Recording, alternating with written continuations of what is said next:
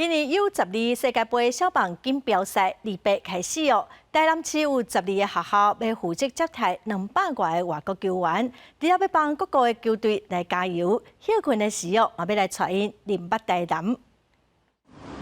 囡仔一笔一画，斟酌的画，刷落来，搁再彩色，就变作是真特别的加油棒。另外，彩色的鼓仔顶也完成，顶悬搁有马祖甲剑狮，交台南味的伴手，要来送予各国的球队。12个青山学校担起外交的任务。我们用谐音梗啊 ，tempo 就是庙宇的意思，然后这个 tempo 是步调，就是随着台南的步调由这些庙宇这些古迹这样。我们应该要更加推崇台南的传统文化。 所以我们才决定，就是设计了这些，像是妈祖啊、天后宫这些。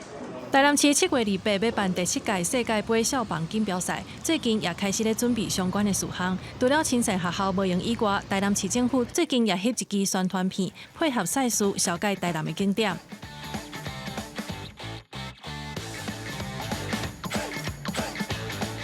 不仅是台南地方的大事，也是我们这个期待已久的。